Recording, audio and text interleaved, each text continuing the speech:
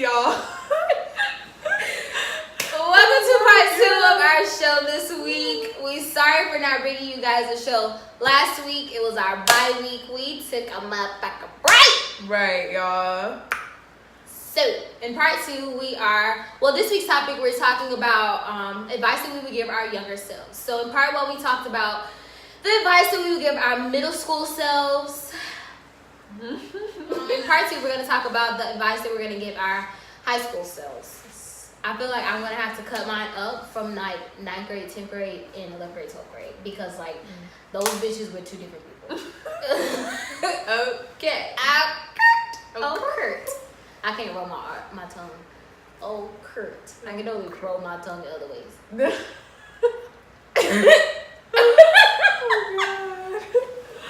God. I'm feeling this one. That's the one. My high school self was definitely different from my middle school self for sure. Yeah. Well, not so much 9th grade.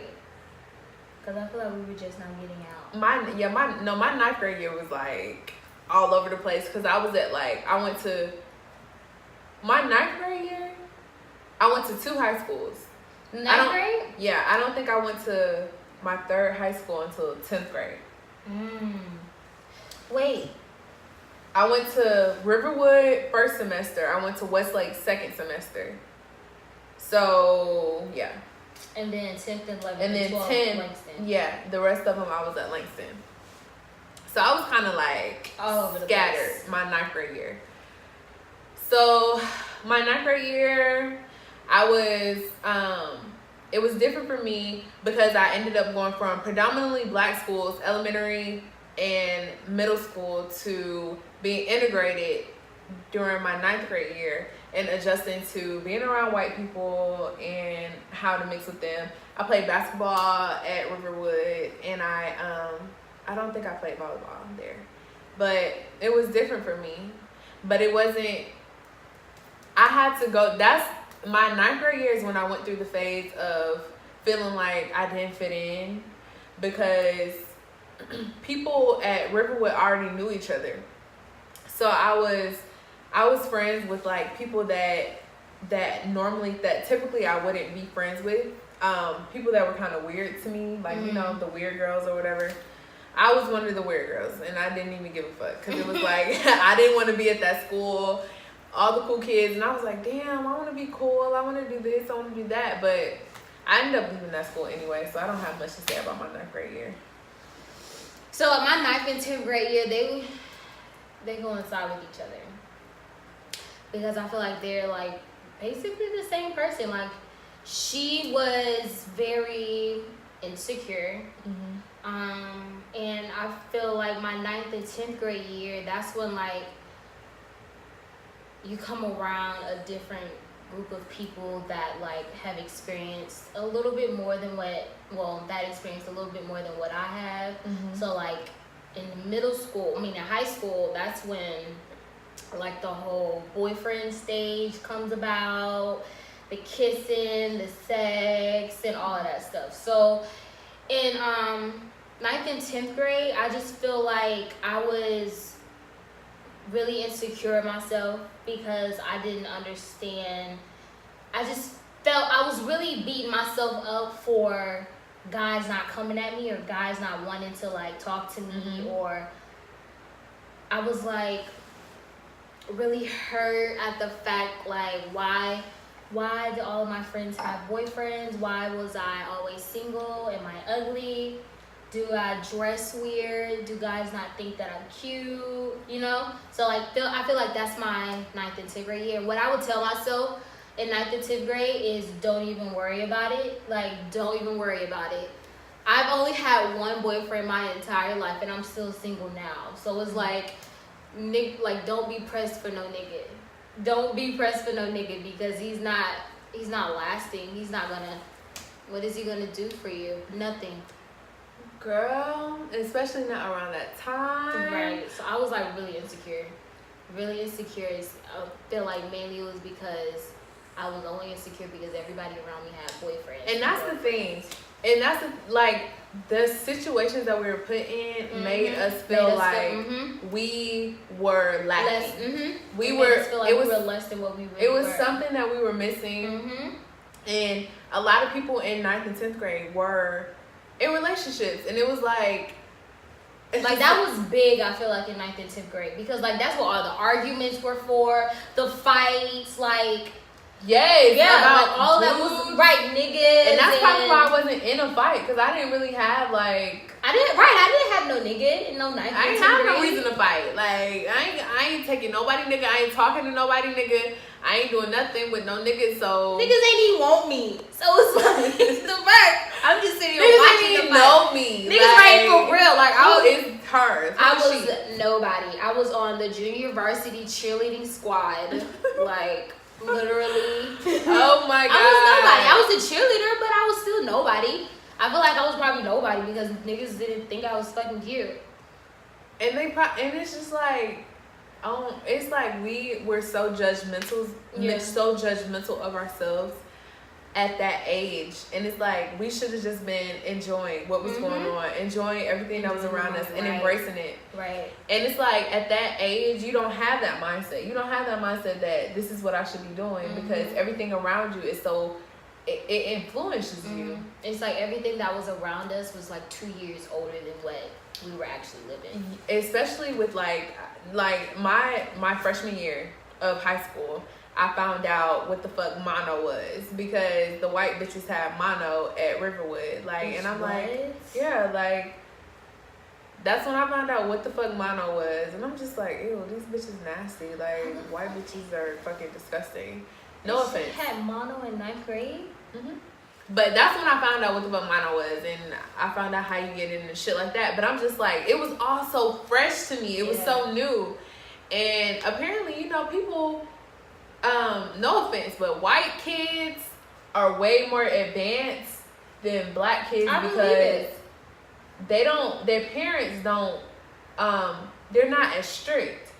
So they get to hang out later. They get to do other things that black parents don't allow your kids to do. You know, like our parents, like my mom would have to talk to your mom before I come over your house. Exactly. And my mom will tell me, "You're overstaying your welcome, sweetie. Come home." Like no. And it was just different for me. So, and it was so different to the point where I was just like, I can't get jiggy with this shit. I need to go somewhere where I fucking fit in. So I ended up leaving Riverwood and going to Westlake. And I ended up hanging out with the black kids, and Westlake was cool or whatever. I loved it. It was different for me still, but the only thing that helped me out was that I played sports. Yeah, I played sports, so it helped me. Your mind off of, like, it helped me socialize. It helped me like get friends. It helped me not feel like I was an outcast because I had something to be a part of. And so 11th grade is when I ended up going to Langston. And then that's when I ended up getting involved with guys and shit like that. And I would have told myself in 11th grade to just don't do it, sis. That's no, what for real. Like, you wasting your time, do it. You don't do it. Your time is the exact thing I would have told myself in 11th grade. Because like when in 11th grade, the things that I were like insecure about in 9th and 10th grade, I got that shit in 11th grade, 11th and 12th grade. The fucking ain't shit ass nigga, the arguments with bitches over the fucking nigga, the arguments on social media over the fucking nigga. Me too. Like, girl. The arguments on social media, they came. Girl, like, what? They came. Facebook, don't Twitter. Do it. That's the only thing I would say to myself. Don't do it. Don't do them arguments. Don't do the niggas. Don't do the fucking extraness. Like, just don't do it. That shit the is thing not that I would have perfect. told myself in 11th grade is listen to your intuition. Listen to your intuition. Like, the shit is already started and y'all not even together yet. Just let that shit the fuck go. Let the shit the fuck go. Let and it go. I wish that I was there to tell myself these things. Because I ain't even gonna lie. That nigga fucked me up, okay? Like, for real. 12th grade, I got that shit handed to me, okay? 12th grade, I got it handed to me. 12th grade, I lost weight. I was the captain of the cheerleading squad. Like, I thought I was the fucking shit. Like, I was dating the fucking star football player. I thought I was the fucking shit. I really did. The only thing that I would tell myself in 12th grade is love will come, and don't be. No, I would tell myself you're not in love with him. You're just in love with the fact of being in love. So let him go. That's exactly what I would tell myself. Because now when I look back on like that entire relationship, like the entire relationship was toxic as fuck. Because when I look back on it, I don't even think that he even wanted to be with me. I feel like he was pressured to be with me just because of the pain that he was putting me through. So I feel like we got together because he felt bad. He felt bad because he's let me on for so long. So it's like, why not just get with her? That's how I look at it now. So if I was to tell myself in 12th grade, I would say, you're wasting your time. You guys are not getting married. Don't go into college dating this nigga. And just let him go. Like, you're in love with the fact of being in love. You're not actually in love with the individual. Let him the fuck go. I wish I would have told myself that. Maybe I would have, enjoyed life a little bit more. But yeah. Girl, because it's like at that age, you're like, so you have to realize that you love yourself more than you love. And that's the thing. A nigga. Right, that's the thing. I went into a relationship after, and like I didn't get the stage of finding myself. Because when I got to when I got to high school, I was so stuck on the fact of like my insecurities because I didn't have anybody. So then when I got him, it's like, okay, so maybe I'm cute. Maybe I am actually cute. Maybe someone actually likes me. Like I never had that chance to actually find myself. Right. Or find out what I actually want, or what I actually deserve, or find my actual worth. Right. Until after I get fucking hurt. Me too. How the fuck does that work? I wasted so much time, girl, on a nigga that I wasn't even going to end up being with, to the point where now it's like I'm 24 basically, let's just say, and it's like, okay, now I found maybe I found a nigga that I'm going to be with in the future. But it's like I done gave myself to many other niggas that haven't been shit in the past. It makes like, you scared. I shouldn't even give myself to you. Right. Like, you were a waste of time, a waste of a body, a waste of everything, and it shouldn't even happen. And I wish it didn't happen, but it's like I can't take that back now. But everything that we went through has molded us to be the person that we are today. The only thing that I hate from like what I've been through with my 12th grade year with my ex, the only thing, because that shit rolled into college. So like the only thing that I hate is that, like hate now, is that it's made me really scared to fall in love again. Because like now I really want to make sure that I'm falling in love for the right reasons. I really want to make sure that I protect myself before I try and give myself to someone else. So it's like the stage that I'm in now, like there are amazing guys out there that I definitely can see myself with in the long run, but it's like I really have to protect myself. Because like I feel like we said this on the show before, like when like us dating now, we're not dating for no seasonal shit, like we dating to, if we dating you is because we see some longevity and what the fuck we got going on. I'm gonna be 27 in 3 years, and that's close enough to fucking 30. And let me tell you, I'm trying to have kids, and I'm trying to be engaged by 27 in 3 years. So we don't have no time to waste. Like this isn't for wasting time. This is really not.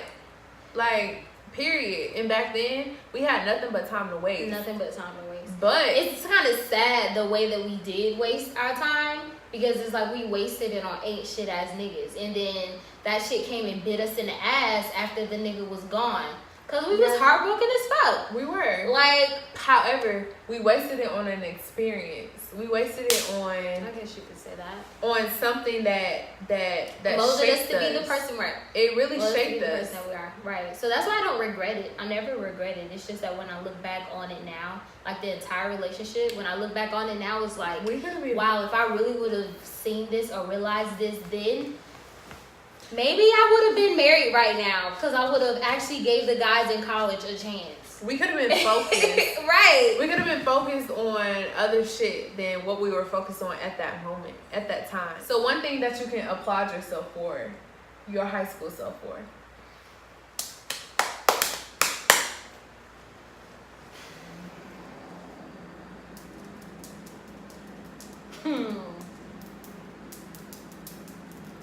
Even if it's just down to some of the friends that you made in high school that maybe you're still close with, or that's the thing. Like in high school, the only people that I'm really close with in high school are like 3 people, and that's because we went to college together.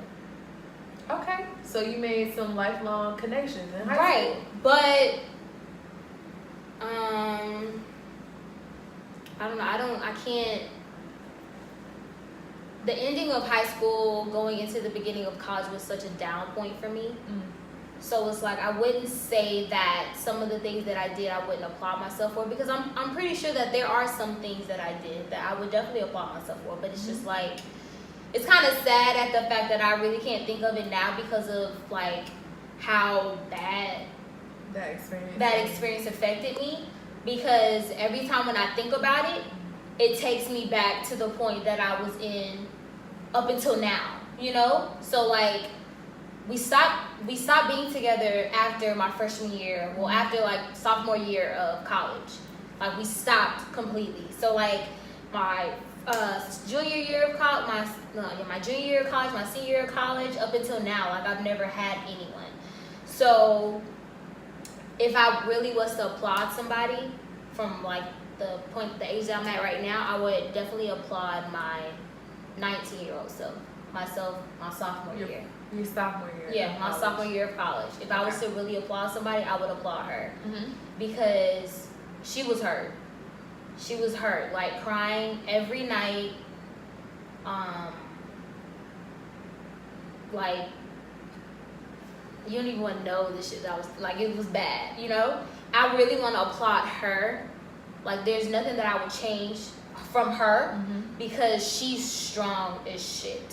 She is strong as fuck, and she really molded me to be the person that I am today. Even though it took me about 3-4 years to actually want to get back out there on the dating scene, or to actually want to give another guy a chance, she's strong as shit. She really is, because she really like took years to find herself and really realize what she really wants and really realize her worth. So if I was to really applaud somebody, I would applaud her.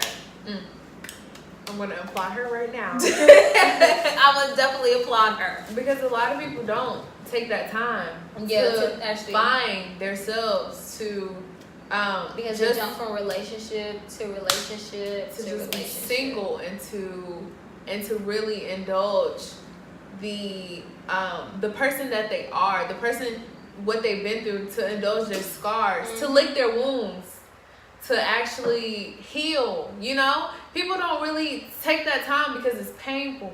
Right. It's really painful, and we feel like going through pain is something that makes us weak, or it's something that makes us less of a human, but no, that makes us stronger. That makes us be able to overcome. Right. The fact that you can go through something so traumatic that it really affected you or affected your life to that point, the fact that you can actually get through that and understand, or come to a point to where you understand why the things happen the way that they happen, understand your part in it, what you did wrong as well as what they did wrong. Like, you can't blame it on anybody. You can't blame anything that you put yourself on or put yourself through on just anybody, because you definitely played a part in that. So you definitely, I think I've said this before on many shows, that it's really important for women that has gone through such a really hard time like that to just take time to themselves. Take a couple of years to yourself, sis. I took about 3-4 years, no sex, no nothing. And I'm definitely going to tell you, those are probably like the best 3 years I've ever had. Because and then the fact that I had it in college is what made it better. Because I had a distraction. So I had friends. And then I met the most amazing people in my life. My friends that I have now. So it's like, if I was to applaud anybody, I applaud her. Yes. Yes. We're gonna have to end this video. On that note, this is a little On that note, we're gonna have to end this. Comment below, DM us, let us know some advice that you would give your younger self. If you have advice to give your younger self, or if you want to applaud your younger self for something that you put yourself through, or that you gone through, and it made you stronger today. Cause I'm over here donating accolades, okay? I'm over here giving them out, honey, because we deserve them. Seriously, like, it's a lot of things that may seem minor, but they aren't minor. They aren't minor because they created you to be the person that you are. Exactly. So acknowledge them, sis. Acknowledge them, okay? Oh, Kurt. On that note, be sure to like, comment, and subscribe.